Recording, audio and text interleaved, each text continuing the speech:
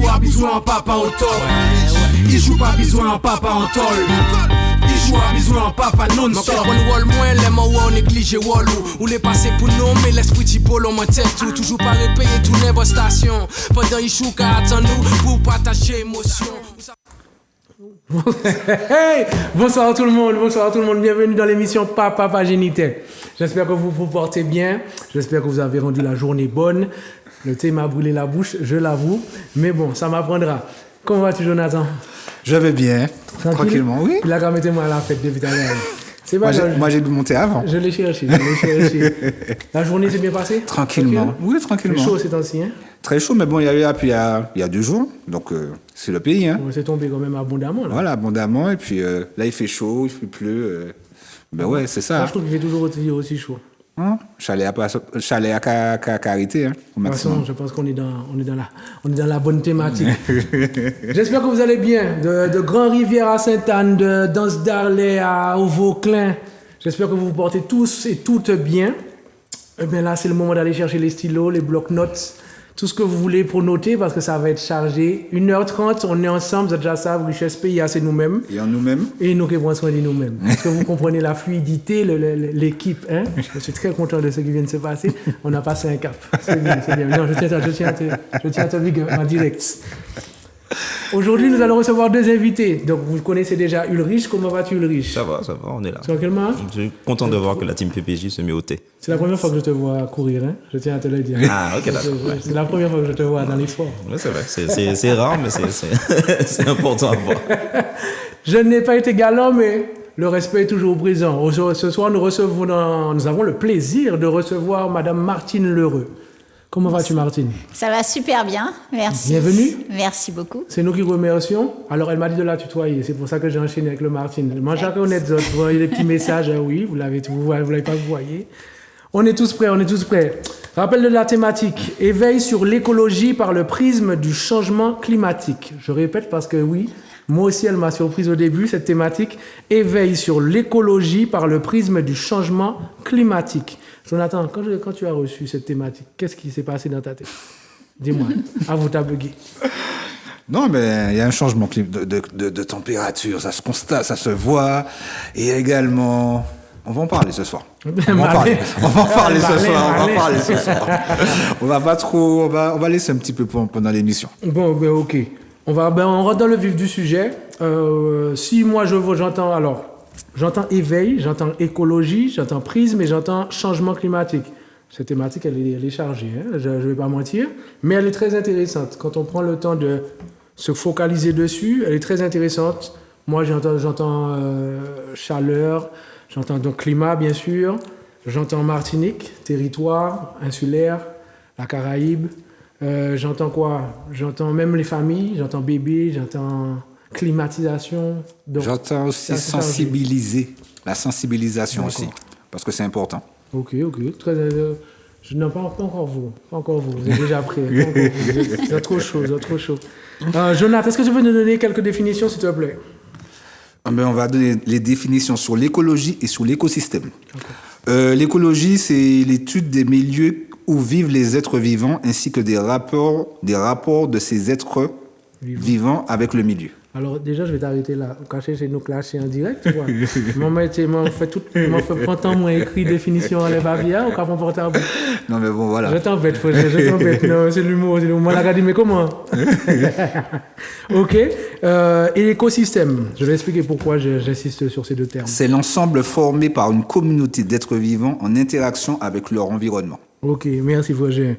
Donc, ces 2 définitions, je trouve qu'elles étaient importantes. Il était important de les définir parce que moi, je suis quelqu'un qui emploie souvent le mot écosystème, que ce soit pour négatif. Alors, peut-être que tu ne sais pas, mais le concept Papa Géniteur a été créé par la forêt négative, si on peut dire ça comme ça.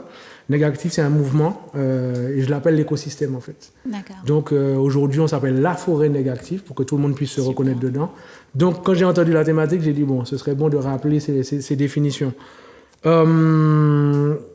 Ulrich, si je te parle d'écologie, en quelques mots, qu'est-ce que tu peux nous dire dessus? En quelques mots, c'est un mouvement en fait qui met en en avant ou qui commence justement à prendre en compte l'écosystème justement et le respect de cet écosystème-là. Et donc du coup une construction qui se base sur le respect du vivant et l'harmonie en fait, ce qui peut exister entre la nature et l'homme. Parce que malheureusement en fait, de par une construction philosophique, l'homme s'est extrait, bon, on va dire plus l'homme occidental d'ailleurs, s'est extrait de la nature. Et du coup l'écologie en fait a pour vocation, en tout cas à mon avis, à le remettre en fait dans la nature, à lui refaire considérer que la nature c'est lui, que lui-même est la nature et qu'il n'a pas à avoir un rapport de prédation vers la nature, mais un rapport de vie avec. Donc se réintroduire en fait dans la nature. Martine, est-ce que tu es d'accord avec ce que tu entends? Entièrement d'accord. C'est un complot. Nous sommes la vie. D'accord. Le même avis, est-ce que tu as des choses à rajouter par rapport à ce terme? Nous sommes partie intégrante de la vie et comme vient de dire Ulrich, on ne doit pas se considérer en dehors et c'est dommage que ce ne soit qu'un terme parce qu'en fait, il fait le tout, quoi. Il devrait être la base, le socle. C'est important de le dire. Ce n'est pas qu'un terme. Exactement. Jonathan, si je te dis écologie. Et l'écologie, c'est la vie. L'écologie, c'est important, c'est-à-dire que, comme tu disais, Ulrich, il y a favoriser notre environnement. Le problème qui s'est passé, à un moment, on a favorisé davantage les constructions. On a favorisé... le bitume. Le béton. À travers un confort, mais est-ce que ce confort-là, il était durable? Parce que à travers ce confort-là, il y a eu des... Je ne vais pas dire des destructions, mais des destructions au niveau de la nature. Ok. Peut-on dire que le foyer est un écosystème? Alors, vous répondez comme vous voulez. Dans l'ordre que vous voulez. Moi, les autres m'ont venu pour ça dans les autres. Il n'y a pas de souci. Martine. Peut-on dire que le foyer est un écosystème? Oui. Et il est un écosystème à l'intérieur de plein d'autres écosystèmes et qui doit fonctionner en symbiose aussi avec tous les autres. Et en fait, il doit être, le centre du partage et de la solidarité, avec justement ce passage à comment mieux se ressentir vivant et comment mieux fonctionner avec le vivant. Et en même temps, il fait avec tout le reste des écosystèmes qui lui imposent tout ce que notre société a pu créer et gérer et toutes les contraintes auxquelles on doit faire face. Donc voilà, quoi, il doit mélanger les deux et toujours, je pense, sans oublier de se relier au vivant, ce qu'on oublie beaucoup trop souvent. Justement, depuis tout petit, j'entends parler des éléments vitaux. Donc j'entends le soleil, l'eau, la faune, la flore, enfin la terre du moins. Qu'est-ce que j'ai oublié? Le vent. Le vent. L'air, effectivement. Et est-ce que... Le minéral, la pierre. Alors, allons-y, il y en a plus de 5. Allons-y. Non, faut le dire parce non, que... mais c'est vrai, il y a plein de tout autour de nous. On peut considérer, tu vois, la pierre, on peut dire que c'est pas vivant et on peut dire aussi que c'est vivant. Que la vie de la pierre, c'est beaucoup plus long que notre vie à nous tous et que c'est sur des temps, des millions, voire des milliards d'années qu'une pierre vit, quoi. Mais est-ce qu'il y a une évolution? Tu parles de la pierre, est-ce qu'il y a une évolution par rapport à la pierre? Une évolution? Oui. Bien sûr. Est-ce qu'il y a pas une évolution, une transformation? Une évolution, oui, à travers la pierre. Oui, bien sûr, puisqu'à un moment donné, elle se transforme, avec l'érosion, elle va faire le sable, elle va aider en fait plein de choses, et puis elle va donner aussi plein de minéraux à son écosystème. Excuse-moi, Olivier, il ne me semble pas que tu avais présenté Martine par rapport à ton statut professionnel. Par rapport à tes activités. C'est vrai. Merci de me regarder, mais c'est vrai. C'est parce que je vois Ulrich trop souvent. C'est vrai. Non, excuse-moi, Martine. Oui, c'est vrai, il a entièrement raison. Peux-tu te présenter, Martine? C'est vrai, alors, merci. Je n'ai pas réalisé. C'est marrant, je vais te dire quelque chose. Je pense que dans ces difficultés auxquelles on fait face maintenant, on ne devrait plus se présenter par son statut professionnel. D'accord. On devrait se présenter par l'humain, donc je suis Martine, je suis maman de 2 enfants. Je suis quelqu'un de passionné. J'adore la nature. J'ai toujours eu besoin d'être en contact proche avec la nature. Je m'en suis des fois un peu éloignée, mais vite j'ai essayé de revenir tout près. Et donc du coup, j'ai choisi depuis quelques années un métier qui permet en fait d'allier ma passion. Et la rencontre aussi. Hein.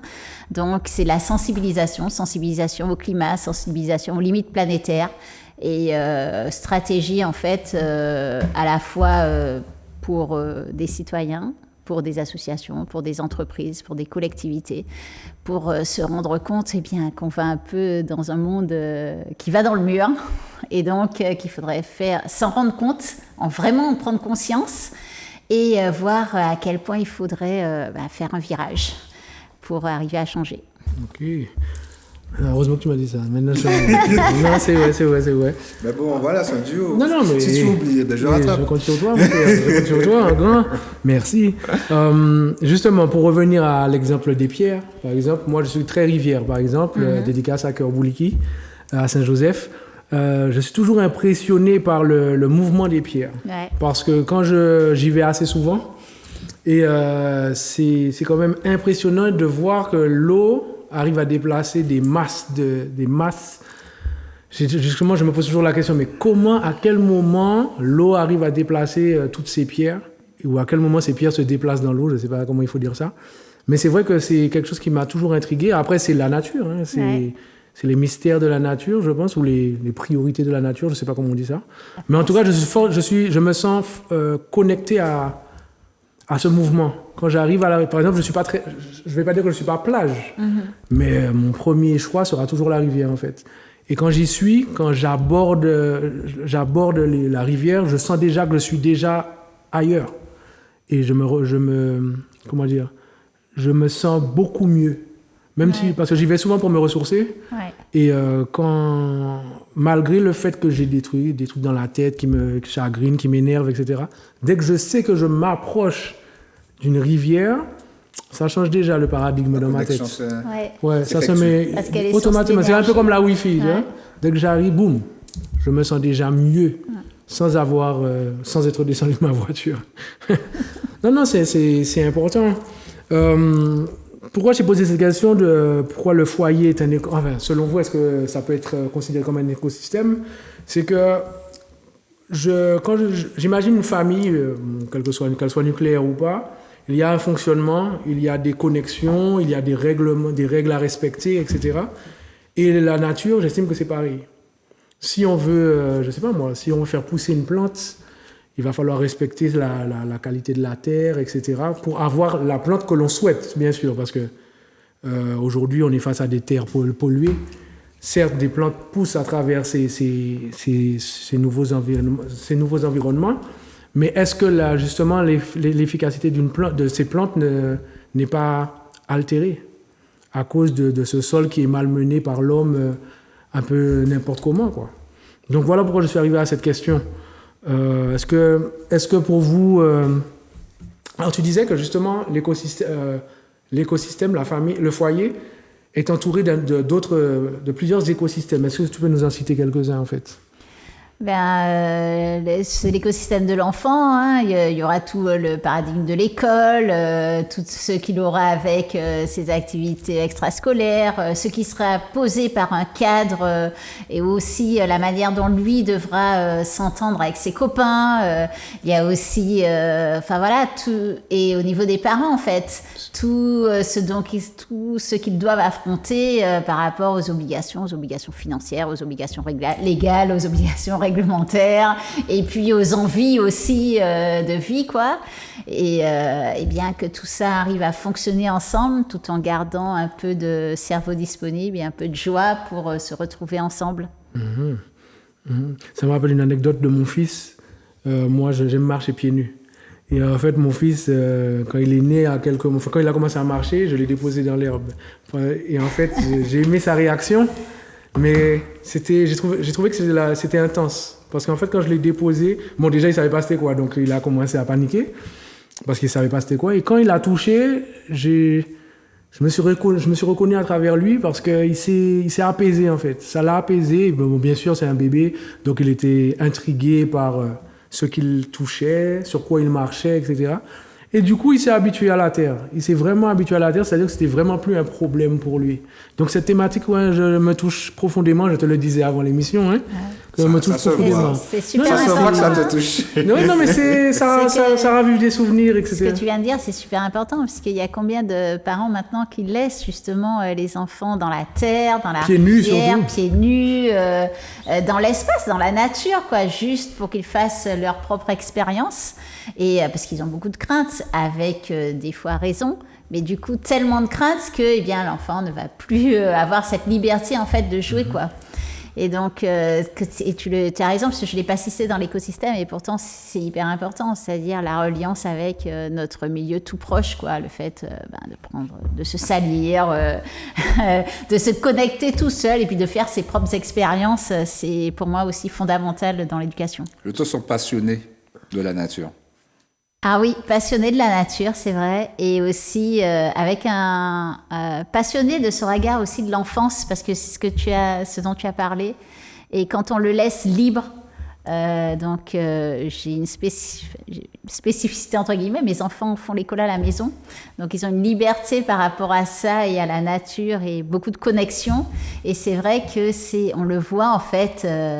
Ils ont besoin de ça, ils apprennent tellement plus vite et de manière tellement passionnée en fait quand ils ont ce contact-là que cette connexion. C'est très chouette cette connexion. Ouais. Très, très important. En 2023, comment définissez-vous le rapport des Martiniquais et Martiniquaises avec la nature? Justement, il y a pour moi une dualité, voire une sorte de schizophrénie. C'est-à-dire qu'à la fois, on a ce contact avec la nature, puisqu'on est sur une île, et que, en plus, on est sur des latitudes qui sont plutôt favorables, en fait, pour qu'on soit en paix ou qu'on vive, en fait, le plus souvent avec notre écosystème naturel. Et à côté de ça, comme je l'ai dit, il y a la philosophie, en fait, qui nous aliène et qui nous fait nous en éloigner, en fait, au fur et à mesure. Et ça, j'en parle souvent de l'urbanisation, mais c'est quelque chose vraiment de capital dans notre construction. Parce que du coup, au fur et à mesure, on s'est détaché de ce rapport justement à la nature. Et finalement, il y en a certains, en fait, je prends mon exemple, j'ai grandi en fait dans une tour où j'étais au 4e étage, j'étais pas du tout connecté à la nature. Mes premiers contacts avec la nature, enfin mes contacts en tout cas dans ce système-là, dans cet écosystème-là justement, c'était des plantes que ma mère faisait pousser à l'intérieur de l'appartement. Et après, il fallait que je descende justement pour jouer avec mes camarades, pour avoir ce contact-là. Bon, pour le coup, qui était assez libre, justement, où en fait, on avait cette liberté en fait, de pouvoir évoluer dedans, mais le plus souvent, c'était pour jouer au football, en fait. C'était pas pour profiter de... C'était sur du bitume, C'était sur du bitume, ouais, okay. Effectivement. Donc, tout autour, en fait, il y avait la pelouse, mais c'était pas... on montait pas aux arbres, on faisait pas tout ça, en fait. Toutes ces choses-là, en fait, que nos parents nous racontaient, on le faisait pas, en tout cas, dans notre lieu d'habitation. Quand on allait à la campagne, effectivement, on pouvait le faire, on montait, on avait nos expériences, justement, Ça vous inspirait? Est-ce que le fait d'être dans un environnement qui est autre que bétonné, est-ce que ça va vous inspirer directement? Mais quand on est enfant, on ne comprend pas. Donc, c'est vrai qu'on fait... Ouais, voilà, on ne comprend pas, donc on sent certaines odeurs qui sont bizarres pour nous au départ, notamment l'odeur du bousier ou ça fait toujours un petit choc au départ, et puis ensuite on finit par s'habituer. Et ensuite, comme elle le dit, c'est cette liberté. Surtout que dans notre génération, ma génération des trentenaires, nous on a connu ce côté-là où nos parents nous laissaient quand même, avec nos cousins-cousines, pouvoir en fait évoluer dans la nature. Tant qu'ils nous avaient en vue, eux ils faisaient leurs affaires et nous on pouvait jouer, donc ce qui nous donnait une grosse liberté pour pouvoir justement monter aux arbres, aller prendre tel mango pour pouvoir jeter sur un autre, jouer avec les morceaux justement de graines qui pouvaient traîner, transformer ça en cueillir des fleurs aussi, cueillir des fleurs, découvrir. Voilà, ils ont vraiment, parce qu'ils ont connu ça. Maintenant, la génération qui arrive, c'est encore différent parce que ils sont en plus toujours enfermés justement dans des appartements, des choses comme ça. Et de deux, il y a les écrans. Ce qui fait qu'il y a les écrans et comme elle l'a dit, il y a quelque chose de très particulier dans notre façon d'éduquer nos enfants. On est beaucoup dans le contrôle, qui fait qu'il y a aussi cette on va se dire, une relation aseptisée où il ne faut pas que l'enfant se salisse, il faut qu'il reste dans un cadre bien précis, alors qu'en fait, On va mettre tes chaussures. Voilà, c'est ça en fait. Chaussures, Exactement. Par exemple, quand vous avez parlé de ça, justement, quand on parle d'éveil justement à l'écologie, par exemple, c'est une des choses qu'il faut bannir, par exemple. Comment on en est arrivé justement à se dire qu'il ne faut pas que notre corps soit connecté au milieu naturel. C'est déjà grave en fait. Et de voir que par exemple, quand j'ai fait cette reconnexion, quand je fais des randonnées, je suis pieds nus et je vois et j'entends les réactions des gens qui disent mais il est fou, enfin, qu'est-ce que tu fais là, tu vas te faire mal, etc. Quand je leur dis que par exemple la nature ne produit rien de piquant, si je retrouve quelque chose de piquant sur ma route, ce sera des tessons de verre, ce sera des humains qui auront laissé.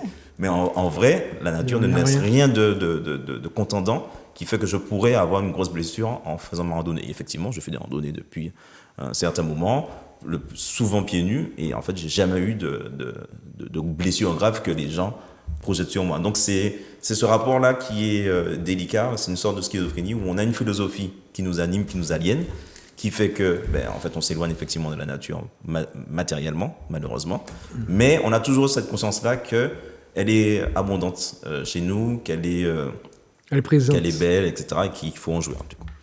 Martine, tu parlais tout à l'heure de crainte. Ouais. Il est effectivement, par rapport à ce, pour ajouter un complément à ce que dit Ulrich, il est vrai que aussi je ne sais pas s'il faut dire système ou la société nous martèle avec des peurs en fait. Oui. J'ai l'impression qu'on nous rend peureux de plus en plus. Enfin, en tout cas, on cherche à nous rendre peureux de plus en plus. Et donc, qui dit peureux dit nouveau raisonnement. Ouais. Et qui fonctionne par rapport à cette croyance de cette peur qui est quotidienne, peut-être trop quotidienne, ou des fois on s'imagine qu'elle est présente alors que finalement, il y a rien. Ça peut se jouer dans nos têtes, en fait, finalement. Comme Ulrich disait, tu fais des randonnées, si tu marches, normalement, tu n'es pas censé rencontrer quelque chose qui va couper ton pied d'un coup, etc. Donc, est-ce que tu penses que ces craintes... est-ce qu'il faut attaquer ces craintes, justement? Est-ce qu'il faut attaquer les systèmes qui favorisent ces craintes?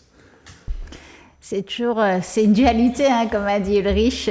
C'est marrant, quand tu as parlé, je pensais à une scène... j'étais à la forêt Vatable. Et il y avait un anniversaire. Forêt Vatable, c'est Trois-Îlets ? Trois-Îlets, ouais. Et donc, tu sais, elle est aménagée, la forêt, c'est une forêt mangrove un peu.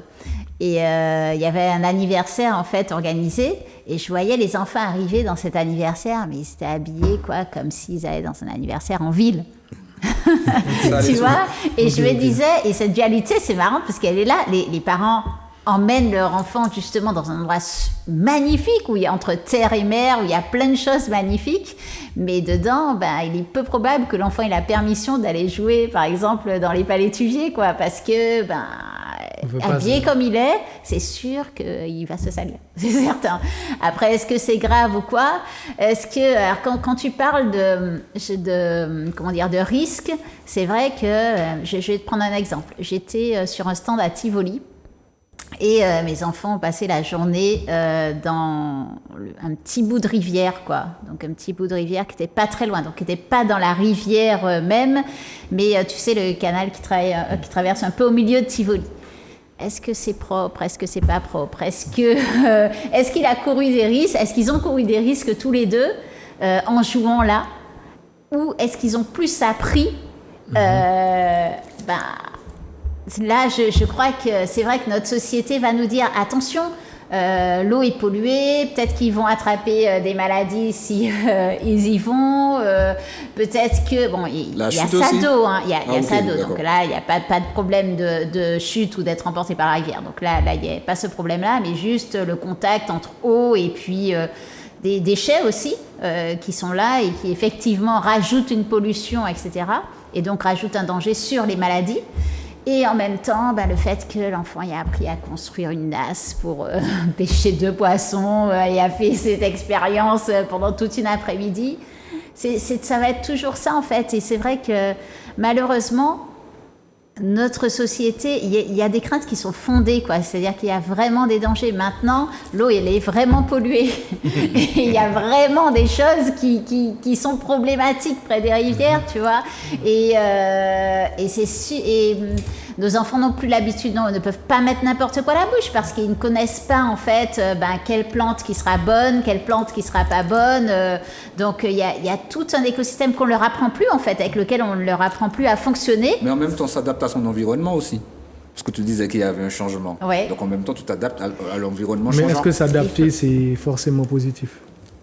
Oui, mais il y a un changement qui s'opère. On est Oui, obligé mais- de- Je suis d'accord, tu vois, que ce soit positif ou pas, mais il y a un changement. Non, mais moi, je vais te challenger là, en fait. Ok, il y a un changement, mais est-ce que tu es obligé d'accepter tout dans ce changement? Je parle par exemple par rapport à la pollution, au niveau de la pollution de l'eau. Ok. Il y a un changement par rapport à ça. Oui, mais en Est-ce quoi que, c'est- est-ce que tu vas te dire, bon, tu es contre ce changement, que tu sois pour ou contre, ce changement-là s'est opéré? Il y a une réflexion derrière, mais est-ce que je veux dire, est-ce que ça m'empêche d'aller à la rivière? Non, mais tu vas peut-être pas boire l'eau de la rivière. Mais je vais pas la boire. En fait. Je vais pas là pour la boire. En fait. Bon. Mais non, mais je te taquine. Mais ce que je veux dire, c'est que pour moi, l'adaptation, c'est pas un mot qui explique tout, en fait. Enfin, du moins, qui Non, ça on est d'accord. Ça, je qui comprends. sauve tout, quoi. Non, Moi, je c'est plus comprends. un prétexte. Excuse-moi, Olivier, je voulais revenir sur la question que tu disais Vas-y, Toto. par rapport en 2023. Ouais. Parce que Martina n'a pas eu le temps de répondre, moi non plus. Moi, je trouve qu'il y a quand même une évolution par rapport, certaines évolutions par rapport aux Martiniquais. Par exemple, quand tu parlais tout à l'heure de la vie en cité. Maintenant, je vois beaucoup de cités où il y a, par exemple, où il y a des petits potagers qui se créent derrière le bâtiment. Avant, tu voyais T'en pas vois ça. beaucoup? J'en vois beaucoup. J'en ai vu aux Trois-Îlets, au Saint-Joseph. Oui, moi, quand même, représente. Voilà, tu Oui, vois. représente Au François Pas aussi. assez, malheureusement. Il n'y en a pas assez, mais il Ça commence à avoir ouais. un début. Ouais. Donc, je vois moins on avait fait une thématique sur l'eau avec Ulrich. Je vois moins de voitures là, avec pas de la rivière aussi. Avant, j'en voyais très très régulièrement. Donc, je pense qu'au fil du temps, il commence à avoir une petite sensibilisation de la population par rapport à sa nature. Il n'y a pas eu des interdictions par rapport aux rivières, lavage de voitures? Ah bah oui, c'est quand Il y a même des interdit, oui. interdictions. Quand Mais même. avant, Oui. interdiction, pas interdiction, mon café. Non, je suis d'accord, mais comme tu disais que ça avait diminué, je me disais, est-ce que c'était par rapport aux interdictions, en fait? Ouais, Tu vois? c'est pour ça qu'il faudrait apprendre à aimer, en fait. Et moi, je trouve que cette dualité, en 2023, elle existe toujours. C'est-à-dire que il y a on sent, en fait, qu'on a besoin de qu'on ne va pas lâcher la nature en Martinique. En fait, on retrouve des personnes partout, quoi. Par contre, dans le fin fond de la Martinique, on retrouve quand même pas assez de personnes. Tu vois Qu'est-ce que tu entends par le fin fond de la Martinique? Par exemple, j'ai fait un canyon dernièrement. Eh bien, il n'y a pas assez d'entre nous qui allons faire ce genre d'exploration, d'activité, de découverte, en fait, un peu à la fois sportive, mais aventureuse, en pleine forêt et tout. Mais je pense qu'on n'a jamais perdu ce contact avec la nature, et heureusement d'ailleurs. Et même si, comme tu dis, le Richard, avec les écrans, en fait, il est largement diminué. Mais je pense quand même que voilà, on a ça dans notre ADN.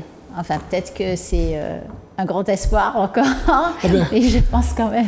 Je voulais une petite dédicace à tonton Daniel et Tati Huguette du Macouba, hein, parce qu'en fait, je vous explique, mon tonton est agriculteur, et depuis tout petit, c'est lui qui nous a... Tout à l'heure, je parlais de mon fils, mais en fait, la personne qui nous a connectés à la terre, c'est mon oncle, tonton Daniel dit Oubèche. Alors, je suis content, je profite parce qu'il va se voir à la télé, il va entendre, il sera très content. Il nous a toujours connectés à la terre parce qu'il nous emmenait avec lui, en fait. Il nous emmenait avec lui nettoyer les terrains, donner de la nourriture aux bêtes. Il nous expliquait certaines plantes, etc. Et ça m'a... En tout cas, moi, et je pense mes cousins, cousines aussi, et ses enfants, on a toujours été touchés par ça. Et on sait que, par exemple, si on fait un repas familial, c'est clair qu'on ne va pas le faire sans poubelle, par exemple.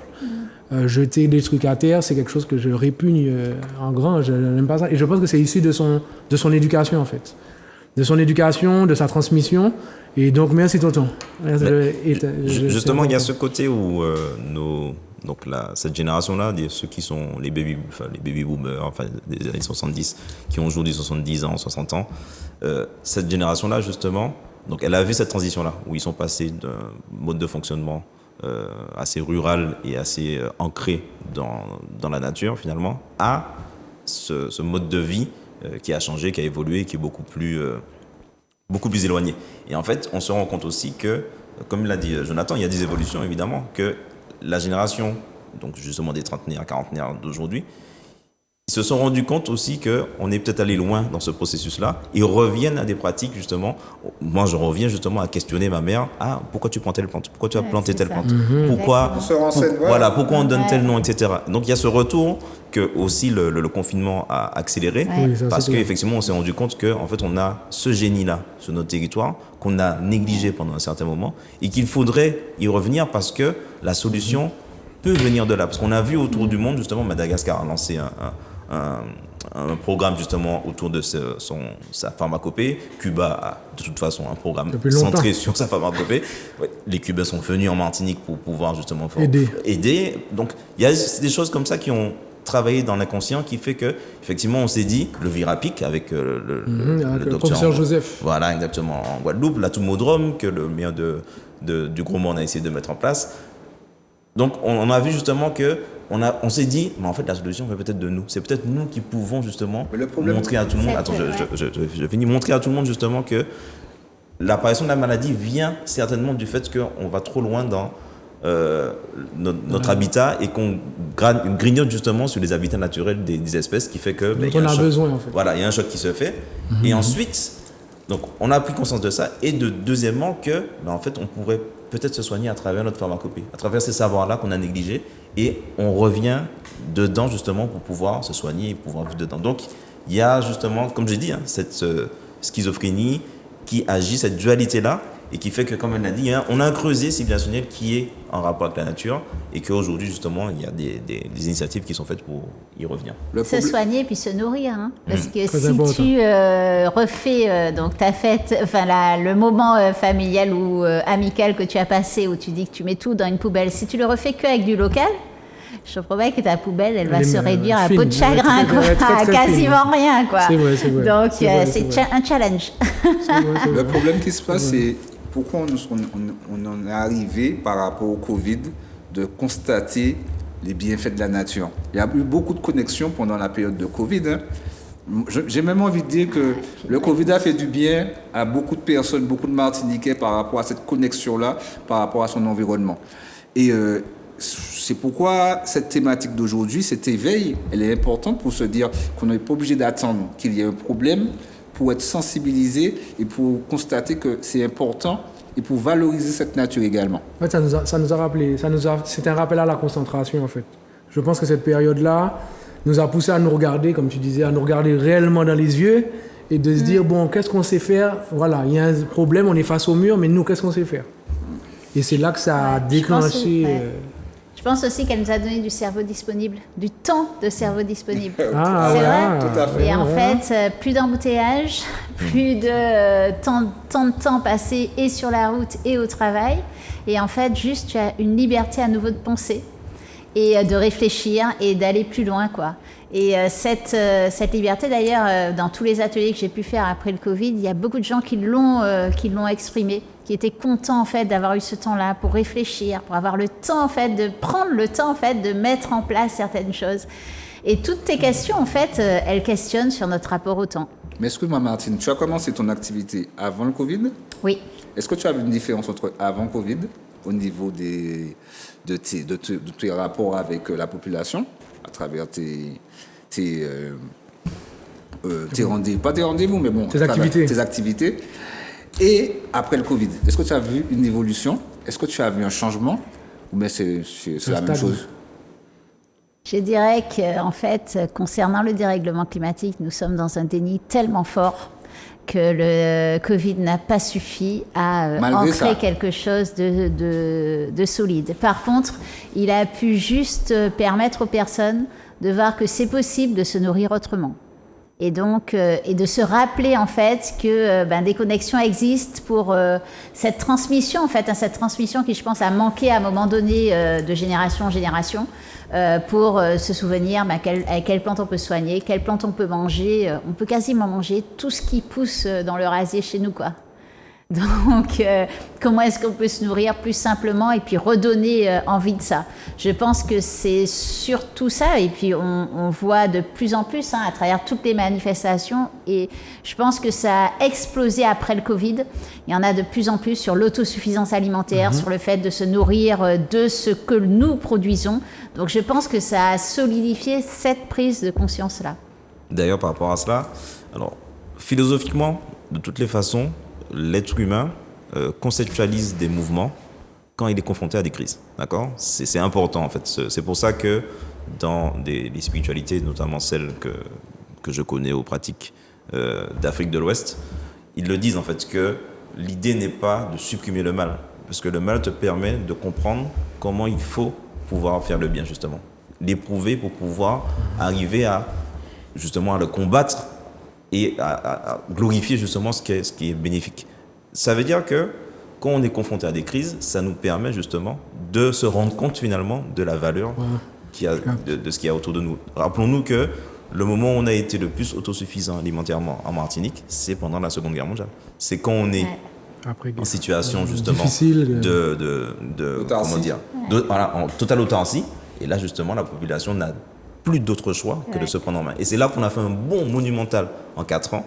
Et malheureusement, la situation après, notamment l'assimilation, a stoppé ce bond-là. Mais c'est toujours dans des temps de crise qu'on va justement conceptualiser l'écologie aussi, qu'on remarque bien justement, a décollé justement quand on développait les thèses sur le dérèglement climatique. C'est là que ça prend de l'ampleur parce que justement, l'être humain se rend compte qu'il y a un danger et qu'il faut l'anticiper, et des fois en fait il faut qu'il se retrouve en fait dans le fossé pour se rendre compte que il faut bouger. On parlait du temps tout à l'heure, Martine, tu as appuyé dessus, enfin tu as appuyé dessus. Tu as parlé de temps de cerveau disponible, j'adore ce terme, temps de cerveau disponible, parce qu'effectivement, comme on était tous, on va dire, enfermés chez nous, effectivement, tu as dit quelque chose de très important, par exemple, moins d'embouteillage. Ouais. Qui dit moins d'embouteillage dit moins de pollution. Ouais. Qui dit moins de pollution dit plus d'oxygène, en tout cas propre ou pur. Il faut dire pur ou propre. Pur. Et effectivement, cet oxygène dont on a quotidiennement besoin nous a poussé du moins à déclencher peut-être, alors je dis peut-être, j'allais dire à coup sûr, mais comme je ne suis pas dans tous les foyers, de nouvelles réflexions beaucoup plus saines en fait. Ah oui. Et même quand par exemple, tu marches beaucoup. Je pense que tu pars tôt le matin. Oui, je pars tôt le matin. Et puis, de toute façon, par rapport à, je dirais, cet après, pendant le Covid, j'avais vu des documentaires, on montrait en Inde, on voyait habituellement, il y avait des nuages de fumée.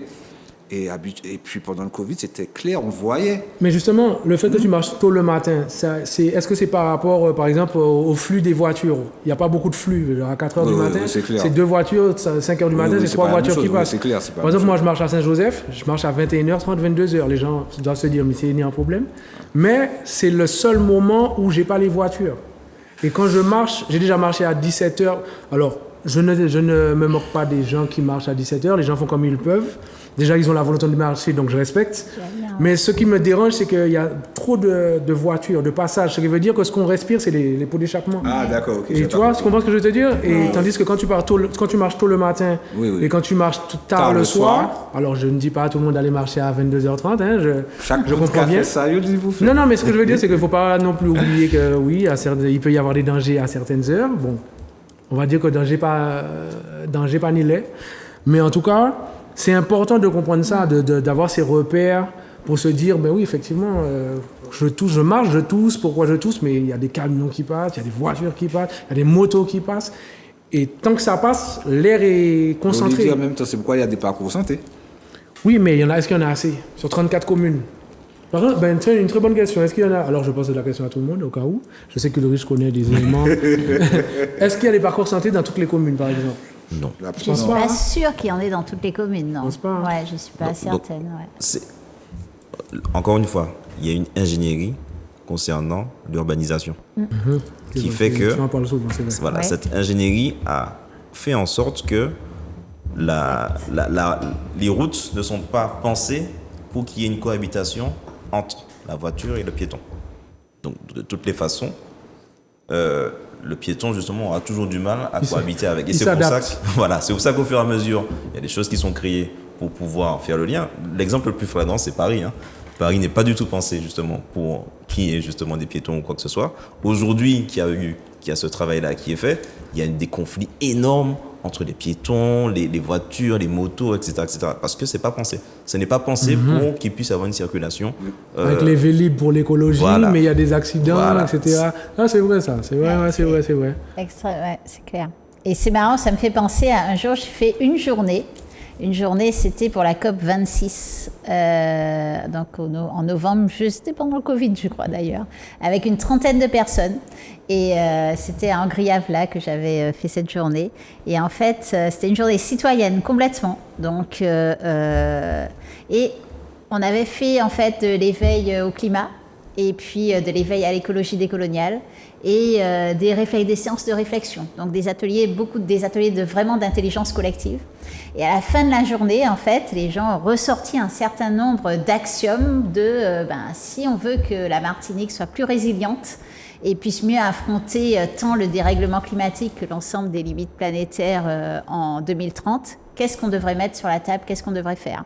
Et donc, couper les axes, arrêter en fait sur certaines grandes villes, les fermer aux voitures pendant certains jours, c'était un des axes forts qui est ressorti de cette réflexion.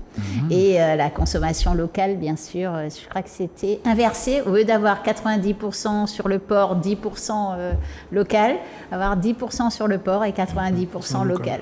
Donc, tu vois, il suffit d'une journée où tu prends des personnes qui ne sont pas forcément conscientisées au départ, mais voilà, une journée de réflexion et vraiment... mais le temps de réflexion était important.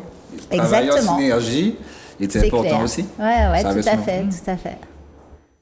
Donc, est-ce que vous estimez qu'en 2023, les Martiniquais sont toujours... Donc, on est bien d'accord, on est conscient, on est de plus en plus conscient, comment vous voyez les choses? On peut être conscient. Parce que je trouve que dans les discours, j'arrive pas à savoir si on est... Mais on peut être conscient, mais est-ce qu'on va peut-être agir? Alors... Parce qu'on peut être conscient de certaines choses. Moi, je pense qu'on est dans l'hyper-consommation.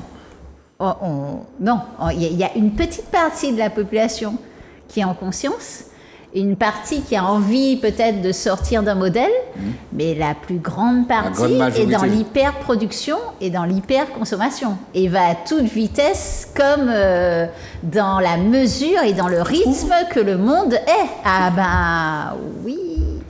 2022, j'ai regardé, 192 000 conteneurs sont rentrés sur le port.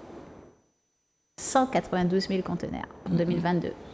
Et France Antique, sur lequel c'est sorti, l'article, était content de ça en fait. Le journaliste expliquait comment c'était super chouette parce que la dynamique économique a repris et on a fait rentrer 192 000 conteneurs sur le port. Tu vois. Donc non, on est dans une hyper-consommation. Il y a 13 000, je crois, véhicules neufs qui arrivent par an. Enfin, il y a des choses complètement incroyables. Quand on regarde de près de ce qui arrive sur le port, le nombre de vêtements, le nombre de... Quand on ramène ça au nombre d'actifs, quand on ramène ça à une population qui est en train de baisser et qui est en train de vieillir, donc non, oui, on n'est pas dans la prise de conscience, on est dans l'hyperconsommation. Par contre, ce qui est intéressant, c'est qu'on voit par contre une réelle envie de prendre conscience, parce que on voit des personnes, déjà, plein de mouvements qui émergent et qui veulent en fait faire autrement, et plein de mouvements aussi qui s'organisent pour essayer d'avoir d'autres courants de pensée. Et quand on parle aux gens, on s'aperçoit que quand on parle des problématiques, même pendant 15-20 minutes avec eux, ils ont envie d'autre chose. Et ils le disent. Et ils sont souvent prêts à faire autrement, quoi. Donc, on est peut-être prêts, mais il n'y a pas encore eu le déclic qui entraînerait un pourcentage suffisant de la population. Ok. Donc, en fait, il y a une évolution. Elle est indéniable et je le vois à titre personnel sur les mobilisations, parce que comme je suis militant, sur les mobilisations qui ont le plus de succès sont celles qui sont liées à l'écologie. C'est celles justement où on protège justement notre nature et effectivement. On répond présent. Comment? Clairement, c'est beaucoup plus simple de faire les personnes se déplacer quand c'est pour une cause qui est liée justement à notre nature et notre écologie. Par contre, effectivement, il y a ce côté où on avance à ce niveau-là. il y a un moment, par exemple, pendant le confinement aussi, ça s'est développé, où des lieux de randonnée sont devenus bankable. Bon, je vais prendre l'exemple de le toboggan au Carbet. Avec un ami, 5 ans, 6 ans auparavant, quand on a fait cette randonnée-là, il n'y avait pas un chat. Pas un chat, il n'y avait pas de chantier. Donc on a fait notre remontée de rivière, on est tombé sur le toboggan, on était émerveillés et on a continué notre route, etc. Il y a eu une publication sur un blog. 5 ans plus tard, le toboggan est rempli. Limite, les gens font la queue. Voilà, il y a un chantier qui s'est créé, etc. Bon, donc, il y a eu ce côté-là, il y a le bassin bleu, il y a le bleu, etc. Donc, il y a eu ce côté-là où, effectivement, ça a développé une envie d'aller vers les randonnées et de se retrouver dans ces milieux-là. Par contre, on est toujours dans une consommation de ces lieux-là. C'est-à-dire que le bassin bleu, on y va, on filme. D'ailleurs, le premier réflexe, quand on arrive sur le bassin bleu, voilà, j'observe toujours. Parce que moi, par exemple, je pars sans mon portable. Ça interpelle toujours les personnes. Mais quand je fais une randonnée, je pars sans portable. Mon but, justement, c'est de me déconnecter. Donc, je pars sans. Et forcément, donc, je vois, j'observe. Et quand on arrive sur les endroits dits beaux, moi, je vis l'instant. Donc, je conscientise l'instant. Et les autres, justement, ils vont sortir leur portable et ils vont vivre l'instant à travers un écran ou un intermédiaire. Et ensuite, ça va être des photos, etc. On va passer beaucoup de temps, pas à l'admirer. Ouais, ils ne sont pas sur leur propre émotion, ils sont sur ce que ça va produire à travers leur écran. Et ce qui fait que les lieux ont été surfréquentés pour aller le consommer. Et c'est pour ça que c'est très important ce qu'elle a dit, c'est-à-dire qu'effectivement, il y a une masse qui consomme. Et il faut faire attention justement dans l'écologie. Il y a aussi une minorité consciente qui fait ce travail-là de conscientiser, d'être dans le moment, d'être en connexion. Et il y a une partie justement qui est là aussi pour la consommer et qui ne se rend même pas compte en fait qu'il rentre dans une démarche certes écologique, mais il rentre dans une démarche écologique où il va encore consommer la nature. Autrement, il ne va pas être prédateur comme avant, mais il ne vit pas avec la nature. Moi, quand je t'ai entendu, j'ai vu mon archer. Oui, évidemment. Mon l'archer. Limite, tu montes avec ton téléphone. Exactement. Donc, j'en fais beaucoup de randonnées et à chaque fois, justement, on me propose le Mont de l'Archer. Je leur dis, mais les gars, ça suffit. Le Mont de l'Archer, on arrive, il y a une belle vue, mais en termes de moments avec la nature, c'est pas le meilleur moment. Il fait chaud, tu montes, donc tu inspires. Donc, pour un goût de l'effort, oui, c'est super. Mais pas pour être dans une connexion. En tout cas, tu peux l'être, en tout cas, mais je vois pas les gens s'arrêter au milieu du Mont de l'Archer, parce qu'il y a des moments où aussi l'humidité est telle que c'est toujours te demander, est-ce que les gens s'intéressent à non, ils montent. C'est le sommet là. Mais cette connexion de la nature ne s'effectue pas, parce que là c'est juste le fait de monter et puis pouvoir faire la belle photo comme tu disais, mais marcher au fil du temps, marcher au fur et à mesure, regarder, se connecter. C'est ça. Oui, mais est-ce qu'on a justement, par rapport à ce que vous dites, est-ce qu'on a assez de personnes qui détiennent ce savoir des plantes, par exemple? Dédicace à Naoui. Moi, j'ai fait des randonnées avec Naoui. Naoui, c'est Madame Plante. C'est-à-dire que moi, j'aime aller puis parce qu'elle me dit, ouais, ça c'est telle plante, ça c'est tel arbre, ça c'est... Donc, moi, je suis quand même un petit gamin, mais ça c'est un plaisir. Je veux dire que quand je rentre chez moi, je me dis, ah ouais, quand même. Hein, tu vois, donc attends, excuse-moi, juste pour dire que, est-ce que, justement, on a assez de personnes passionnées par les plantes? Est-ce que c'est pas un problème? Est-ce que c'est pas un déficit? Je me dis que si j'ai plus de personnes passionnées par les plantes, quand je vais marcher ou que j'aille, on va m'apprendre quelque chose. Mais si justement on s'y connaît pas, ben on pense qu'à la vue qui est en haut. Je vais dire un truc, je pense qu'on a beaucoup de personnes passionnées. Par contre, la question est, est-ce qu'on va accepter de payer une rando où quelqu'un va justement t'expliquer les plantes autant que tu paierais un resto, tu vois? Est-ce que et en fait c'est cette partie-là, c'est-à-dire qu'il y a des choses où on se dit après tout ça devrait pas être payant ou ça devrait pas être il faut aussi que la personne vive, tu vois. Et donc, je dirais les deux. Parce qu'il y a quand même des gens, et de plus en plus, qui proposent des randonnées comme ça, des randonnées où tu as une connexion un peu particulière, justement, pour apprendre les plantes ou même pour se relier aux énergies de la nature. Nous, on a une marche comme ça qu'on fait qui s'appelle la marche du temps profond, où on fait des arrêts, en fait, sur la marche pour réexpliquer le temps de la Terre. jusqu'à aujourd'hui. Voilà. Il y a toutes sortes de marches qui justement refont appel à tout ça. Mais est-ce qu'on est prêt à faire vraiment ce service-là, enfin, à le prendre? En fait, ne serait-ce qu'en passant un minimum de temps dans des espaces qui sont liés à l'écologie, il y a énormément de personnes ressources qui sont présentes. Ouais. Je peux donner des noms pêle-mêle comme ça. Marcel Bourgade, Gérard Sainte-Rose, Emmanuel Nossin, Monsieur Delblon, Monsieur Delblon, Rosalie Gachette, Pascal Tourbillon. Quand on fréquente ces milieux-là, la ressource est là. On ne peut pas dire en fait qu'il n'y a pas des personnes sachantes. La ressource est là. Et même des gens insoupçonnés, quand on va rentrer dans l'arrière-pays, justement, où là, ce n'est pas des grands noms, mais des personnes, tu vas arriver, on te dire attention, tu es monté sur telle plante. Ah, ça a servi à ça. C'est pas des gens qui s'exposent, mais ils ont cette connaissance. C'est pour ça que je dis que la ressource, elle est là. C'est nous qui n'allons pas la chercher. Et comme elle l'a dit, c'est nous qui... C'est pas valorisable. Ça va pas passer sur Instagram. Ça va pas. C'est ça, voilà. Ça va pas être bankable. Donc on va considérer ça comme, allez, c'est une sorte de folklore, etc. Qui font le taf. Hein.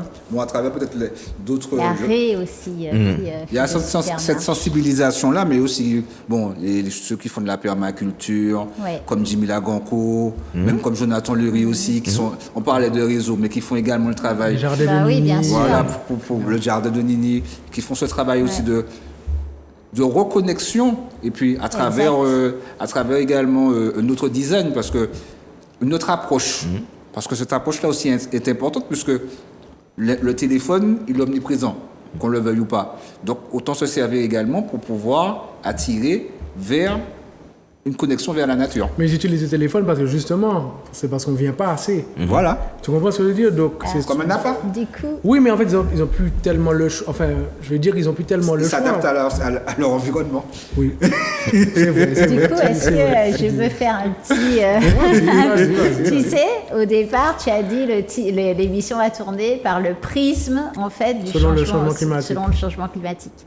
Eh bien, moi, je pense que quand on fait découvrir aux personnes réellement ce qu'est le changement climatique et comment ça marche et ce qui est en train de se passer et l'implacabilité du phénomène, quand elles l'ont compris, c'est-à-dire qu'elles ont pris le temps de le comprendre, on arrive à avoir quelque chose qui est déclenché chez eux et qui va peut-être solidifier cette envie de faire autrement.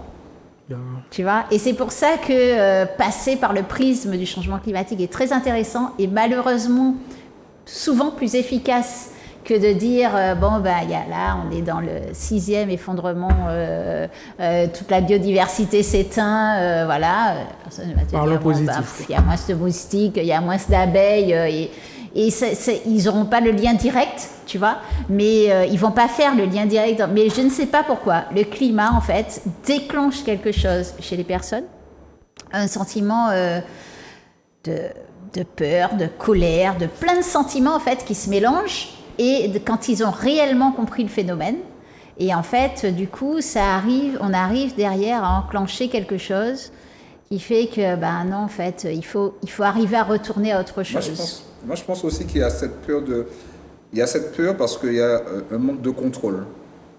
Parce que peut-être que le fait qu'ils n'arrivent pas à contrôler certaines choses, peut-être aussi ça peut avoir une crainte derrière, une crainte par rapport à ça aussi. Oui, mais je dirais déjà le fait de comprendre. Le fait de comprendre ce qui se passe dans les dérèglements climatiques, de juste comprendre le phénomène. Je prends le cas, excuse-moi, je prends le cas de la boum de sable. Oui. Chaque mois, on a une boum de sable qui va arriver, on est obligé de s'adapter. Donc, un tas de phénomènes, un tas de changements qu'on est contraint et qu'on est contraint par rapport à ce changement climatique. La brume de sable, c'est aussi lié à nos modes de consommation. Et tu as bien vu, regarde, pendant le confinement, on a beaucoup parlé de ce qui se passait dans le ciel. Mais la brume de sable, on n'a plus vu de brume de sable qu'à la fin, en fait, qu'au moment où les activités ont commencé à reprendre sur le continent. On a commencé à revoir la brume de sable. Sinon, eh bien, le ciel s'éclaircit, et le ciel s'éclaircit partout dans le monde. C'est ce qu'on appelle les aérosols, en fait, c'est-à-dire ce sont des particules fines qui ont une faible durée de vie en fait dans l'atmosphère, qui ont toutes disparu. parce que il y avait vachement moins d'activité humaine. La brume de sable, elle est liée, c'est un phénomène à la fois naturel et anthropique, c'est-à-dire lié à l'homme. Donc naturel parce que avec les vents, le sable s'envole effectivement au niveau du Sahara et suit une route, mais aussi anthropique parce que avec la désertification du Sahara, avec la progression de l'élevage, avec la progression de certains phénomènes d'activité humaine, eh bien on fait de ce sol qui devient de plus en plus des choses qui le permet au sol en fait de plus en plus s'envoler. Et donc, ça libère de plus en plus de sable. Et bien, l'élevage, c'est conséquence directe de notre consommation aussi. Et partout dans le monde, quand on regarde les sargasses aussi, pareil. Les sargasses, il y en a toujours eu des sargasses. Et pourtant, les sargasses, elles prennent ici, elles viennent plus du Brésil, enfin des fleuves au niveau du Brésil. Et c'est plus avec les nutriments en fait et les engrais qui sont envoyés pour faire pousser les cultures du Brésil que ça descend vers les fleuves. Et ça permet l'émergence de la sargasse. Mais pas seulement, c'est aussi l'acidification des océans, c'est aussi la chaleur de l'océan, c'est aussi les modifications de courant, c'est plein de choses. Mais c'est aussi nos activités, d'autres manières de voir les choses aussi et de voir la vie. Même la rarification au niveau de l'eau aussi. On en parlait aussi par rapport à l'eau, là dû par les hommes. J'ai envie de dire ça écoute, aussi. si tu me donnes 5 minutes, je te fais le truc. Si tu je t'explique en fait le tout. Est-ce que vous avez envie c'est en 5 minutes, oui. En 5 minutes. Nous t'écoutons. Allez, ok, d'accord. Alors on va partir de l'activité humaine. Et en fait, nos activités humaines, pour les réaliser, donc pour réaliser tout ce qu'on a autour de la table, il a fallu tirer de l'énergie, des énergies fossiles. Est-ce que vous savez ce que sont les énergies fossiles? Alors, je sais, mais je sais pas. Je sais plus le définir. Je sais pas le définir. Non, mais j'ai toujours entendu parler, mais j'ai pas cherché. Ouais, c'est vrai parce que c'est vrai, tu as raison. C'est le pétrole, le gaz et le charbon. Il y en a 3. Et en fait, du coup, est-ce que vous savez pourquoi est-ce qu'on les appelle fossiles? Non. Par rapport à leurs composants, non? Par rapport à ce qu'elles étaient avant. Je te donne un indice. Enfin, oui, je me suis Donc, qu'est-ce qu'elles étaient avant? Le pétrole, c'est un peu tout, hein. C'est un mélange de tout. Le pétrole, c'est un mélange de tout. Non, comme j'ai dit, je ne saurais pas définir. Avant, c'était des êtres vivants, comme vous et moi. Donc, faits de carbone, comme vous et moi. C'était des plantes, des arbres, des dinosaures, des animaux, des planctons. Enfin bref, c'était toutes sortes d'êtres vivants qui sont morts dans des conditions particulières et qui ont été enfouis sous terre. Et avec la pression, en fait, eh bien, ça a fait des poches de carbone parfaits, que sont le gaz, le pétrole et le charbon. Et ça, c'est un process qui a mis des millions et des millions et des millions d'années. Et nous, on ne met pas des millions d'années à les sortir. Hein. On force tout ça, on va très loin et on les sort à toute vitesse. Et en fait, quand on les sort, pour les utiliser, on aura besoin de les brûler. Donc, quand on les brûle, ça va relâcher tout le carbone que ça avait bien enfoui sous terre, bien profondément. Ça le relâche immédiatement. Et donc, ça vient compléter cet effet de serre. Alors, l'effet de serre, qu'est-ce que c'est? C'est comme si, en fait, on avait mis une couverture au-dessus de notre tête, au-dessus de la Terre. Et cette couverture, dans un premier temps, elle a permis juste l'émergence de la vie. Parce que sans l'effet de serre, la planète, elle serait toute glacée. Il ferait moins 18 degrés. Il n'y aurait pas de vie telle qu'on la connaît là. Et grâce à l'effet de serre naturel, eh bien, il y a eu au fur et à mesure l'émergence d'une vie. Cet effet de serre s'est renforcé et a permis la vie telle qu'on la connaît, avec l'immensité d'espèces telles qu'on la connaît. Et en fait, nous, ce qu'on est en train de faire en relâchant ces énergies fossiles, donc on rajoute en fait des couches à cette couverture. Et du coup, le fait de rajouter des couches à cette couverture, ça fait que quand le soleil chauffe, nous envoie son énergie. Donc cette énergie la traverse la couche sans problème. Notre Terre l'absorbe et va relâcher cette énergie. Okay, elle la relâche et elle la relâche sous des rayons qu'on appelle des rayons infrarouges. Et ces rayons, en fait, si par exemple toi tu es un gaz à effet de serre et moi je suis un rayon de la Terre, si je ne te rencontre pas, eh bien je repars dans l'univers sans problème. Si je te rencontre, tu vas vibrer et tu vas en grande partie me renvoyer sur Terre. Et tu te rends compte que s'il y en a tout plein, eh bien, plus il y en a, plus en grande partie, cette énergie qui essaye de s'échapper va revenir sur Terre. Et en très grande majorité, une fois que l'énergie elle est sur Terre, il faut qu'elle agisse. Là, par contre, elle n'a plus de choix. Il faut qu'elle aille en quelque part. En très grande majorité, elle va dans nos océans. à 91%, cette énergie est absorbée par nos océans, ce qui fait monter la température des océans. Mais comme nos océans, ils sont vraiment très grands, tu vois, là c'est la Terre, si tout ça c'est la Terre, tout ça c'est nos océans, d'accord ? Donc ils montent lentement en température, mais sûrement. Et donc cette énergie vient à 91% dans les océans, à 3% elle vient taper sur la glace, et donc ça va faire fondre les glaces. À 5%, elle va se dissiper dans nos sols. Donc dans nos sols, ça va poser 2 problèmes pour ce qui pousse. Tout ce qui pousse, tout ce qui est vivant qui pousse dans le sol. Les sols s'assèchent plus vite, donc les arbres ont du mal à tirer de l'eau, mais aussi pour tout ce que nous, humains, on est venu poser sur le sol. Donc toutes nos infrastructures, il y aura beaucoup plus de fissures, etc. Et il reste 1% dans mon calcul. Donc 1%, c'est notre propre ressenti du dérèglement climatique. Elle va venir, ce que tu disais en tout début d'émission, augmenter la température de l'air. Donc en fait, là, on a 2 grands phénomènes où l'organisme du GIEC, qui sont un consensus en fait de scientifiques qui ont compulsé près de 40 000 études internationales, donc ce n'est pas des gens qui travaillent à partir de leurs propres études, qui compulsent toutes les études, et ils nous disent en fait, ça crée un problème, le coup est parti pour la montée des eaux, et pour la fonte des glaces et pour la montée des eaux. Donc la fonte des glaces, le fait que l'eau des océans monte, et donc le fait que quand l'eau est plus chaude, en fait, elle se dilate, elle prend plus de place. Donc c'est pour ça que les océans montent aussi. Donc 2 effets, la fonte des glaces et le fait que l'eau soit plus chaude.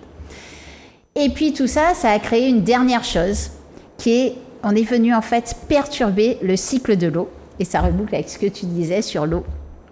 C'est-à-dire qu'en fait, l'océan est plus chaud, l'air est plus chaud, donc il y a beaucoup plus d'évaporation au niveau des océans. Quand du coup notre air il va plus se charger en humidité, et du coup quand il va pleuvoir beaucoup plus fort, beaucoup plus dru, et en général beaucoup plus localisé. Et comme l'eau c'est un cycle, on boit du pipi de dinosaure, à côté, eh bien les périodes de sécheresse elles seront plus longues et plus intenses. Et en fait, un même territoire connaît les deux, comme comme quasiment tous les territoires de la planète, connaissent à la fois des pluies très denses, des intempéries très dures, très fortes, où l'eau va très très vite à la mer, et des périodes de chaleur beaucoup plus intenses. Et ce que je viens de te dire là, c'est problématique, parce que ça veut dire que l'eau, elle se retrouve beaucoup plus dans nos océans, elle se retrouve plus dans l'air, qui sont 2 endroits où on sait vachement moins bien les capter, ou avec beaucoup d'énergie et beaucoup de pollution. Et elles se retrouvent moins dans les rivières et dans les nappes. En Martinique, on capte 96% de l'eau dans nos rivières. De l'eau pour boire, de l'eau pour faire tourner nos économies, de l'eau pour faire tourner toutes nos vies. D'accord ? Mais il y a du gaspillage d'eau aussi. Il y a aussi un gaspillage d'eau, mais quand tu disais, en fait, il y a un gaspillage d'eau, mais n'empêche que les scientifiques nous disent que de l'eau, on en aura de moins en moins. Donc en plus de ce gaspillage d'eau où on n'arrive pas à tout capter, mais en plus, l'eau va largement diminuer, l'eau disponible. Donc en fait, oui, il faut commencer à se demander alors si je reprends mon schéma de tout à l'heure, la Terre c'est ça, de là c'est les océans, là c'est l'eau potable, et le petit bout de mon ongle c'est l'eau douce, l'eau qu'on peut boire, l'eau douce ici, et le petit bout de mon ongle l'eau potable, celle qu'on arrive à voir qui n'est plus polluée. Tu vois ? Donc voilà, quoi. C'est ce sur quoi, en fait, on est joué, et ce sur quoi, toutes les problématiques et les événements météo extrêmes nous arrivent, etc. Mais le début de l'histoire, c'est ça. Quand tu racontes ça aux enfants, comment elles ressentent les choses ? Alors, ce qui est bien, c'est qu'on a des ateliers qui permettent de ne pas raconter ça aux enfants comme ça, mais qu'eux le comprennent en découvrant les cartes. Donc, que ce soit pour adultes ou pour enfants, c'est le même principe. C'est l'intelligence collective et le fait qu'ils discutent entre eux qui va les amener à comprendre seuls de quelle manière ça se passe. Tu vois ? Et en fait, après une fresque du climat, les enfants, tout comme les adultes, comprennent que le phénomène est en place, et qu'ils voient déjà, comprennent aussi d'où viennent ce qu'ils voient déjà. Tu vois, et donc mettre des mots sur, je sais pas, moi, une fois je l'avais fait, tu sais, il y avait eu les intempéries à Sainte-Marie, là, il y a quelques mois. Oui, voilà. Ouais. Donc, ils arrivent en fait à mieux comprendre pourquoi les choses se passent. Et en fait, très vite, donc il y a une phase compréhension, et puis il y a toujours une phase débat dans ce que je fais. Et dans la phase débat, ils vont loin, quoi. Les enfants, ils ont vraiment envie d'autre chose. Et plus on leur donne de la matière, plus on leur donne de l'information, et plus eux ont des solutions en eux qui sont géniales. Mais aussi des freins, les mêmes aussi que nous. Hein. Des fois, tu sais, on fait des débats mouvements où, par exemple, il y en a un qui a une idée, et puis on les met sur une ligne, et puis on leur dit, ceux qui sont OK vont de ce côté-là, ceux qui le sont moins, et ils échangent entre eux. Et on voit que c'est les mêmes freins que pour nous. Mais en fait, ils sont heureux de prendre conscience. Et heureux, en fait, ils pensent tous aussi, tu sais, c'est souvent une question qu'on leur pose. On leur demande, est-ce que vous pensez que vous avez des clés dans la main pour arriver à modifier les choses? C'est toujours oui. Et ça donne un espoir fou, quoi. Où on peut Alors, tu parles de la fresque du climat. Où on peut... Alors, même si c'est pas la fin de l'émission, mais je préfère le dire maintenant. Prenez vos stylos. Hein. C'est maintenant que ça se passe. Où peut-on te joindre? Où peut-on connaître cette fresque du climat, s'il te plaît? Alors, en fait, on a un site internet. La fresque du climat, c'est un site internet en national. Sinon, sur la Martinique, on a un Facebook sur la fresque du climat Martinique ou un LinkedIn aussi. Voilà, c'est principalement on tape la fresque du climat Martinique. Oui, voilà, exactement. D'accord. Et donc, l'adresse internet, je vais te la donner tout à l'heure. C'est pas grave, on la partagera sur nos réseaux. Y a pas de souci. Voilà, ok. D'accord. Donc nos enfants, mais en fait, de toute façon, moi, ce que j'entends, c'est que c'est autant intéressant pour les enfants que pour les adultes, parce que je me dis que la conscientisation concerne tout le monde, en fait, finalement. Là, moi, je suis comme un enfant à l'école, hein, je suis comme un petit enfant qui apprend. Effectivement, j'ai plus de télé, mais avant, quand il y avait la télé, je me rappelle des émissions comme Ushuaïa, Cousteau. Alors, j'ai été éduqué comme ça. Hein, c'était Ushuaïa, Cousteau. Il y avait un petit documentaire animalier, mais je me souviens pas. Mais 30 millions d'amis. C'est peut-être ça. Hein, j'avoue, je sais pas. Mais ça nous a toujours intéressés parce que mine de rien. Ce sont les seules émissions qui tournaient chaque semaine. En fait, du moins, il n'y en avait pas beaucoup. Mais en tout cas, elle me captivait ma sœur, je me rappelle. Et je me rappelle qu'à l'école, on en parlait aussi. Donc, et ma mère mes parents voulaient absolument qu'on regarde ces émissions.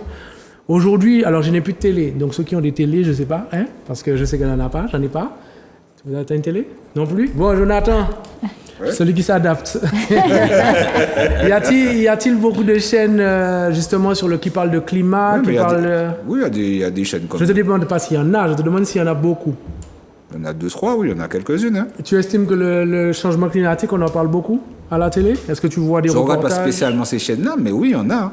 Oui, il y a des chaînes comme Ushuaïa, il y a des chaînes de télévision. Non, oui, mais ma question c'est... Qui parlent de sensibiration? À l'échelle martiniquaise, est-ce que tu as des chaînes... Là, tu... Voilà. Oui, non, mais j'appuie. Par rapport à la Martinique, non, je trouve pas. Ok. Parce que moi, quand j'avais la télé, je me rappelle pas d'émissions qui me parlaient de climat, des animaux... de la permaculture. Alors peut-être que je mens. Hein. Attends. Peut-être que je mens. Non. Mais je ne me souviens pas. Il y a Tchoupoutet. Oui, maintenant, c'est sur TV. Il y a Tchoupoutet, oui. Je tiens à le dire quand même. C'est diffusé le lundi à 17h30. C'est présenté par moi-même et Naoui. Voilà. Donc voilà, c'est important. C'est bien joué. Quand on parle aux enfants, en fait, il faut aussi se représenter une chose. Je crois qu'on est une génération où on est en train de on franchit une bascule, où en fait, le monde qu'on a toujours poursuivi, on sait que de toute façon, il sera très différent pour nos enfants. Alors quand je dis on a toujours poursuivi, s'entend, hein, c'est-à-dire où le monde dominant a toujours poursuivi, c'est-à-dire que quand tu faisais des études, tu le faisais pour avoir un meilleur métier que tes parents, meilleur, pourquoi entre guillemets, parce que on a toujours considéré meilleur comme financièrement, tu vois, meilleure situation, ou comme hiérarchiquement par rapport à la hiérarchie des métiers actuels, hein, qui sont pour la plupart extrêmement générateurs du problème du changement climatique, hein, de toute façon.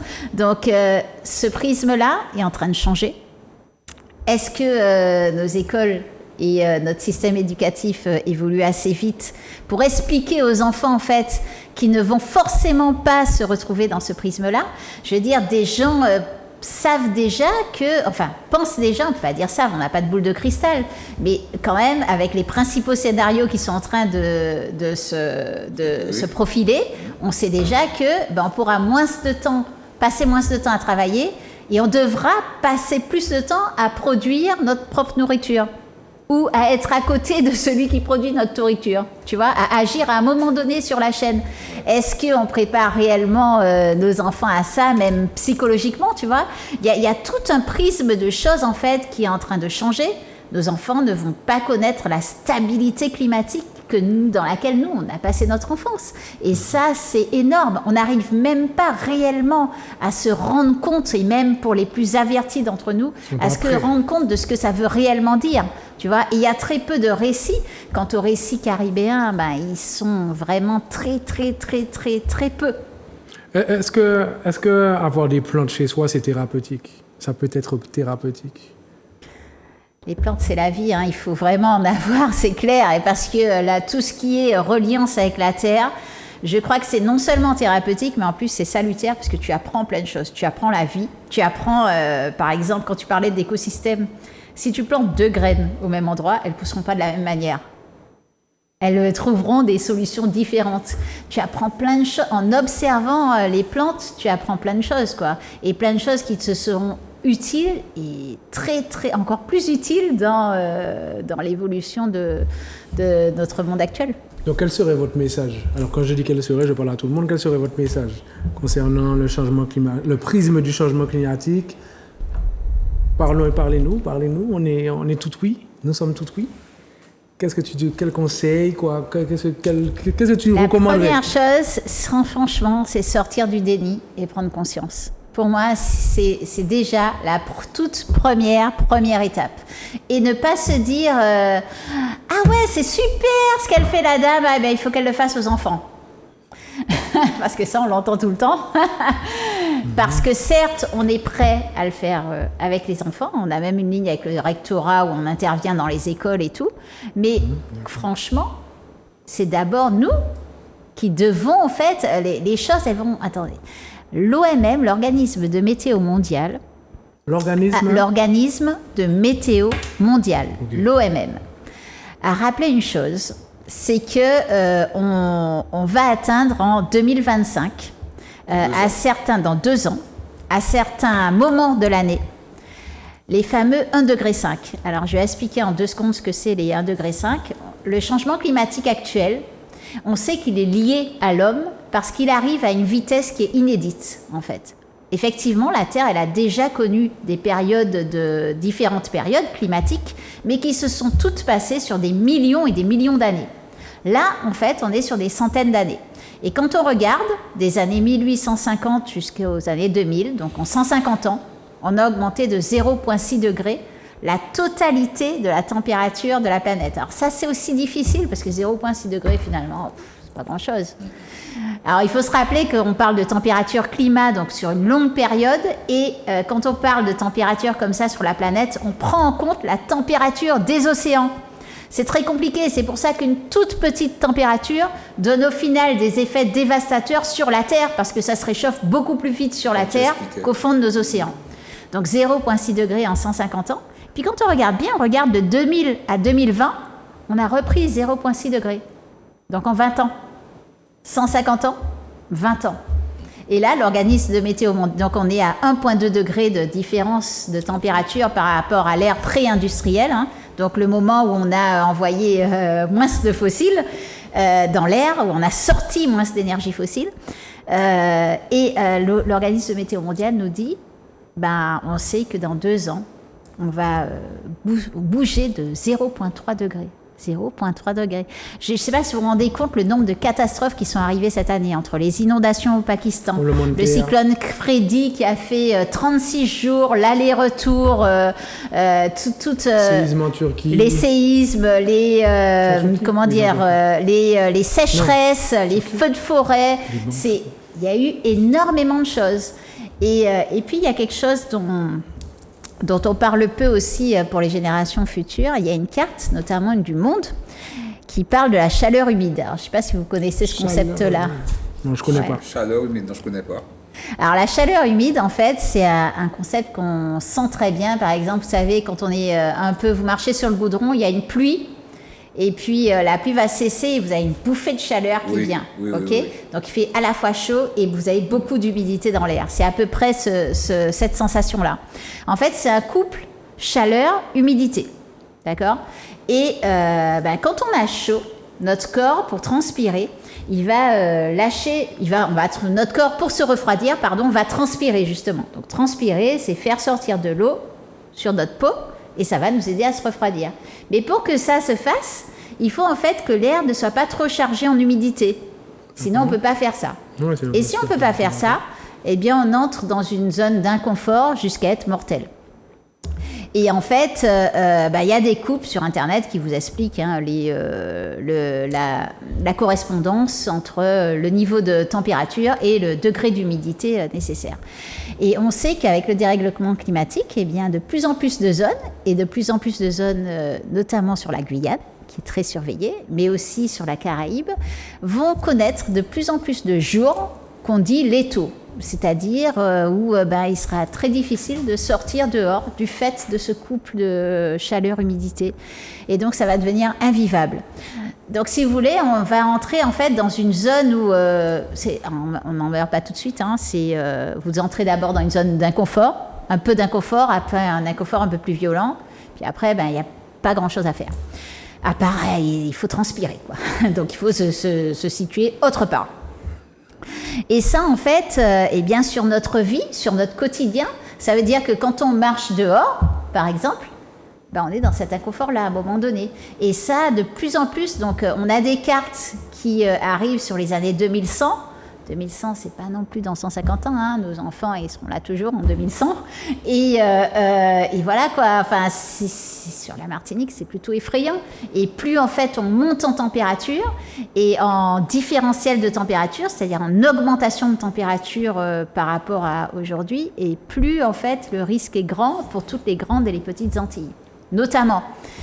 Donc voilà, c'est des choses qu'on regarde passer. Vous en avez jamais entendu parler, mais pourtant nos politiques auraient dû se saisir de ça. C'est ce que il y a une consultation actuellement que le gouvernement français a lancée. Le gouvernement français a lancé une consultation pour dire est-ce que vous avez envie est-ce que vous pensez que c'est possible de s'adapter à un monde à 4 degrés Vous savez ce que ça veut dire, vous Un monde à 4 degrés, 4 degrés, ouais, il va faire de plus. froid. Eh bien, en fait, à 4 degrés de plus. 4 degrés de plus. Ah, de plus, excusez-moi. Mais vous voyez, moi, je voyais en moins, c'est ok, mais tu sais ce que tu me dis, Olivier, c'est normal parce qu'en fait, c'est très difficile pour quelqu'un qui manie pas ces concepts tout le temps de se dire que 4 degrés, 4 degrés en plus, c'est effrayant, quoi. Si vous voulez, je peux vous dire, le passage, en fait, je vais vous donner un repère dans la tête. La dernière ère interglaciaire, c'était de moins 22 000 à moins 16 000. L'Europe du Nord était sous 1,5 km d'épaisseur de glace, et la Guyane, c'était plus une savane, quoi, avec un tout petit peu de forêt. Okay, et au fur et à mesure, donc, ça a monté en température, et ça a mis 10 000 ans. Et du coup, combien de degrés, d'après vous, séparent cette période de début du XXe siècle? Combien de degrés? Ouais, de degrés. Donc je dis l'Europe du Nord, tu vois l'Europe du Nord. Hein. Jusqu'en haut. 1,5 km de glace, donc rien dans ces pays-là. Et puis la mer plus basse, les océans plus bas de 120 mètres. Tiens, je ne sais pas préciser, puisque l'eau c'est la même, hein, donc il faut bien qu'elle soit en quelque part. Donc les océans étaient beaucoup plus bas. Je sais pas. 5 degrés. Ah, j'ai dit 4. Tu vois, entre 5 et 6 degrés, c'est, tu vois, donc en fait... Non, en plus. En plus. Tu vois, pour arriver à la température début du XXe siècle. Et 10 000 ans, c'est-à-dire un temps où les espèces sont nées, d'autres sont disparues. Donc on est dans l'urgence, en fait. D'autres... Exactement. On est dans l'urgence, en fait. Voilà, on est dans de l'inédit et dans de l'urgence, ouais, exactement. Mais en t'écoutant, le problème qui se passe, c'est que souvent, on va se dire c'est les autres. On va se dire, ah, c'est au Pakistan, c'est loin. Ah, c'est en Turquie, c'est loin. Ouais. Ça va pas nous toucher plus que ça parce qu'on regarde ça dans le journal télévisé. Mais même ce qu'on va te dire, certes, comme tu disais, 2100, peut-être nos enfants vont voir, hein, mais on va se dire, c'est encore loin. Ouais, et donc, le fait, oui, c'est vrai, le fait que tu as dit 2025, on va dire, wow, on est en 2023, oh là là. Ah ouais, là, c'est la tête là maintenant. Là, hein. ça Mais c'est ça je vais te dire autre chose. Est-ce que tu te souviens de mars 2020 ? La sécheresse de mars 2020. Alors, papa, je n'étais né, donc oui, je m'en souviens. Et est-ce que tu te souviens de cette sécheresse-là, de comment on était ? Je me rappelle un petit peu, mais à quel point, c'est-à-dire, je ne sais pas à quel point, mais oui, on vivait. Ouais, c'était la période du confinement. Ah oui, c'était chaud. C'était très très chaud. Pas d'eau. Dans tous les sens du terme. Exactement, il n'y avait pas d'eau, tu te souviens ? Oui. Bon, eh bien, on était sous un carême qui était sur El Niño. Le phénomène El Niño. Oui. Donc El Niño et la Niña, ce sont des phénomènes ENSO qui sont parfaitement naturels et que d'ailleurs les scientifiques ne savent pas extrêmement bien expliquer et qui ne sont pas forcément cycliques, c'est-à-dire ils n'ont pas une durée précise, mais à un moment donné, tu as El Niño, tu as une position neutre où il n'y a plus d'anomalie de température et tu as La Niña. Et chez nous, en fait, El Niño va amener plus de chaleur, un peu moins de cyclones forts. Et La Niña va ramener un peu plus de vent et un peu plus de pluie et un peu plus de fraîcheur. Mais vraiment, c'est un raccourci scientifique que je te donne. Et voilà. Donc, en fait, ce carême-là, on ne l'a plus revécu parce qu'après, en fait, on est tombé sur La Niña. D'accord ? Et donc, on a bénéficié. Et La Niña aurait dû être pour le monde entier une période quand même plus fraîche, et pourtant on a eu des records de chaleur en 2022. Hein. Et là, en fait, on est passé en position neutre et les scientifiques pensent qu'on va passer sur El Niño vers juin, juillet, août, par là, dans ces périodes-là. Donc en fait, ça veut dire que sur El Niño, on va à nouveau avoir un peu moins de pluie et plus de chaleur et certainement donc plus de sécheresse. Et donc moins d'eau disponible. Et là, effectivement, je pense que la sécheresse et les cyclones, c'est deux choses qui, pour nous, sont des marqueurs très forts. La sécheresse, les cyclones et les intempéries vraiment très marquées. Tu vois, les inondations. Alors, tant que tu n'en as pas eu chez toi, c'est sûr que tu ne vis pas. Et comme c'est très localisé, c'est de plus en plus localisé. Mais la tempête Fiona, par exemple, en Guadeloupe l'an dernier, elle a ramené énormément de pluie, comme une tempête ne ramenait pas avant autant de pluie, quoi. Tu vois, et elle a fait beaucoup de dégâts parce qu'elle a ramené autant de pluie. Et en fait, les tempêtes vont ramener de plus en plus de pluie. Et nos infrastructures et notre vie, comme elle est organisée, n'est pas faite pour recevoir autant de pluie en aussi peu de temps. Et pareil, on n'a pas grand-chose pour faire face à des sécheresses longues. Tu vois, on n'a pas de réserve d'eau, je ne sais pas trop combien de jours. On n'est pas organisé pour. Réserve. Non, on n'est pas organisé pour. Donc, à part. Donc là, il faut dire à tout le monde de stocker, si je comprends bien. Une des choses évidentes serait que chacun ait un système de citerne. Oui, chacun puisse récupérer son eau de pluie. Mais aussi. Tu mets ton système de pluie, mais tu ne peux pas être résilient tout seul. Hein. Si ton voisin n'a pas mis son système de pluie, il y aura un problème. Donc, c'est aussi une politique. Entrer dans une sorte de solidarité, de partage au niveau de ton quartier pour vous organiser, pour que chacun ait un système de pluie. Peut-être qu'à un moment donné, à un endroit où on sait qu'on pourrait peut-être récupérer plus, peut-être mettre quelque chose. Une solidarité. Oui, alors comme tu dis, ça pourrait être fait par la politique, mais pour l'instant, ça ne l'est pas. Autant le on faire voit bien qu'il faut autour de soi. Qu'il faut le faire avec des petites unités qui fonctionnent. Et de toute façon, quand il y a une catastrophe, c'est d'abord la petite unité qui se remettent en marche, qui se remettent en route le plus vite, quoi. Et si dans ta petite unité, tu as quelqu'un qui a pu, chacun a pu avoir un petit bout des plantes médicinales, des plantes nutritives, des légumes racines.